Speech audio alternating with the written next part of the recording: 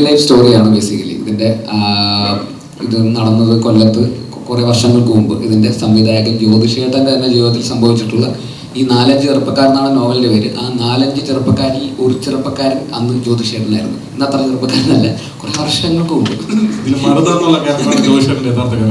അതെ, ഇതിൽ മറുത എന്ന് പറയുന്ന ഒരു ക്യാരക്ടറാണ് ജ്യോതിഷേട്ടൻ്റെ ശരിക്കുള്ള ക്യാരക്ടർ റിയൽ ലൈഫിൽ. പിന്നെ ഇതിൽ മാർക്കണ്ഡേയ ശർമ്മ എന്ന് പറയുന്ന ദീപക് ചെയ്ത ക്യാരക്ടർ ആക്ച്വലി റിയൽ ലൈഫിൽ ഉണ്ടായിരുന്നത് ശർമാജി എന്ന് പറയുന്ന ആക്ടറാണ്, രാജേഷ് ശർമ്മ. അദ്ദേഹമാണ് റിയൽ ലൈഫിൽ ആ മനുഷ്യൻ. അദ്ദേഹം ഈ സിനിമയിൽ പള്ളിയിലച്ഛൻ റോൾ ചെയ്തിട്ടുണ്ട്. അപ്പോൾ ആദ്യമായിട്ടായിരിക്കും ഇതിലൊരു സീനുണ്ട്, പള്ളിയിലച്ഛനായിട്ടുള്ള ശർമാജി വന്നിട്ട് ദീപകിൻ്റെ അടുത്ത് വന്നിട്ട് ഡയലോഗ് പറയുന്ന സീൻ. അതായത് റിയൽ ലൈഫിലെ ആള് സിനിമയിൽ അഭിനയിക്കുന്ന ആളുടെ അടുത്ത് കോമ്പിനേഷൻ സീനിൽ വന്നിട്ട് എടാ നോക്കി കണ്ടൊക്കെ നിന്നോടെ എന്ന് പറയുന്ന ഒരു അപൂർവ ഒരു മൊമെന്റും ആക്ച്വലി ഈ സിനിമയിൽ ഉണ്ടായിട്ടുണ്ട്.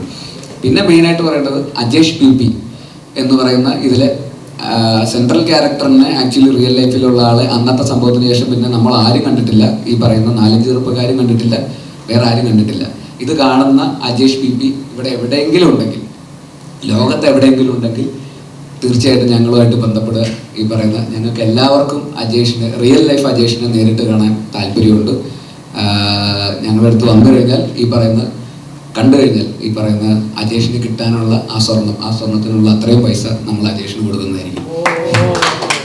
അപ്പോൾ അജേഷ് എവിടെയെങ്കിലും ഉണ്ടെങ്കിൽ അജേഷ് തീർച്ചയായിട്ടും ഇത് കാണുന്നുണ്ടെങ്കിൽ ഇപ്പൊ എല്ലാ അജേഷുമാരും വരിക, ഞാനാണെന്നൊക്കെ പറഞ്ഞു.